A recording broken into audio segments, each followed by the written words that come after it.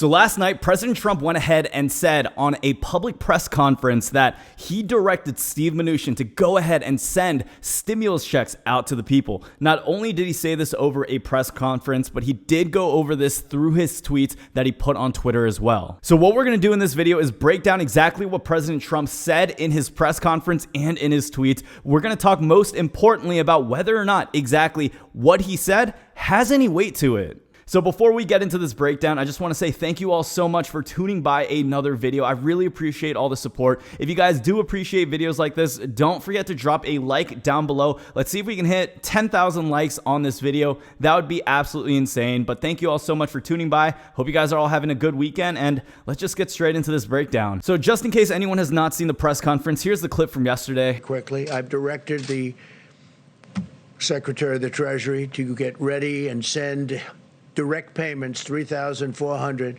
for a family of four to all Americans. Democrats are holding this up. Now, hands down from the past few months, I think this is one of the clearest expressions that President Trump has had on regarding his opinion on getting stimulus to the people. We know that a few months back, he also mentioned that he wanted to get people larger checks. He wanted to get people a much larger amount. He is in support of it more than the Democrats. And we're going to see this constant theme throughout the cycle of these negotiations. Now, in the detail of those stimulus checks, what he mentioned was $3,400 for a family of four.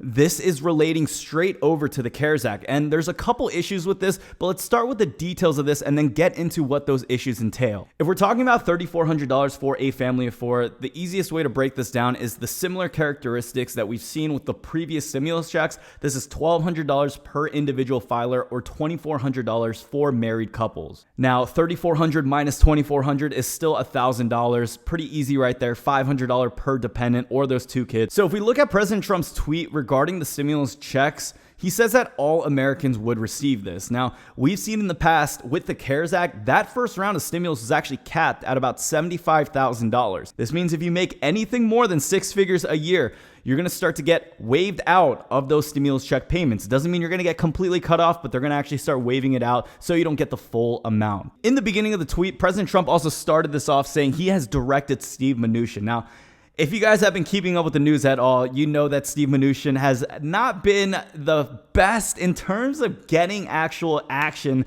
done for the people. So directing him to do anything through a tweet or through any verbal commands is as good as nothing. I think that's really one of the main issues we have. If President Trump decides to put the liability on one of his right-hand man, someone who is in charge of printing the money, it doesn't really do us anything because it's not an actual command. There's no legality to this.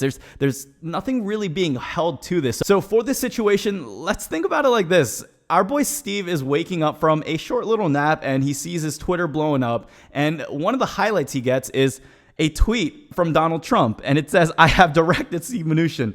Steve will probably look at that tweet, turn his head a little, put his phone back down, and then resume to his day-to-day. There is just no obligation for him to actually follow up through with this. So President Trump saying that Steven Mnuchin is directed in doing something, it doesn't mean it's actually going to happen. Now, at the very end of this tweet, he also mentions that Democrats are holding this up. He actually says it like, Democrats are holding this up. He loves doing that. He loves, yeah.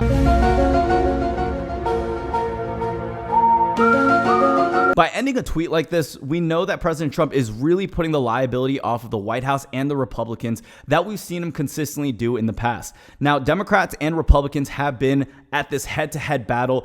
I don't even want to call it negotiations, but that's what the press is going to call. Negotiations, in my opinion, is when we actually start seeing both parties moving in order to progress towards one actual goal. It seems like they haven't actually been progressing. It seems like they've been at a stalemate for the past few weeks. So with these negotiations, we've seen this tactic happen many times before. Republicans will say Democrats are holding this up. Democrats will also say Republicans aren't budging. This is just a constant theme that we're seeing throughout the entirety of the negotiations for the stimulus package. As people, this may sound like good news on paper, but you really need to break this down and make sure that you're just not getting swept under the rug with all this political jargon. The facts are the people need stimulus right now, but the fact is also these tweets and these press conferences, they don't really hold too much weight to it. President Trump also had a wide variety of tweets talking about rental assistance and PPP, small business support. But even through those tweets, there's just been a constant theme of putting the blame on the Democrats. And this just shows the significance of no action actually getting done. Now, I don't want to end this video on a bad note, and I know people are just getting tossed back and forth around with all this news that doesn't seem to be progressing anywhere at all. The good news out of all this is there's more pressure than ever. There's more pressure from the people. There's more pressure from the press. There's more pressure from the White House, and there's more pressure on both sides, especially that election is coming up in a few months. Check out this pretty funny clip by one of the press reporters that actually asked President Trump a pretty ballsy question. Please. So, Mr. President, after 3.5 years, do you regret it all the lying you've done to the American people? On All the what? everything? All the lying, all the dishonesties. That who has done? You have done. Tens of Yeah, thousands. go ahead, please. Please. Go ahead. Go ahead. I wanted to ask about the payroll tax.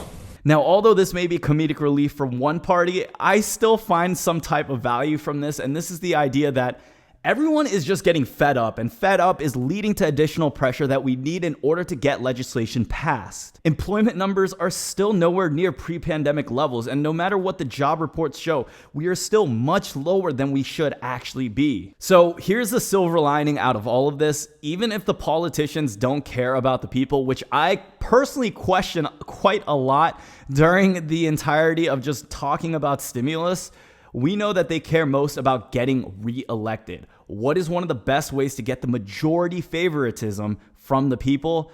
This is getting money to the people. This is actually helping them out. So it's not too hard. If they want to get reelected, just care about the people. If they care about the people, they'll do additional legislation that helps out the people.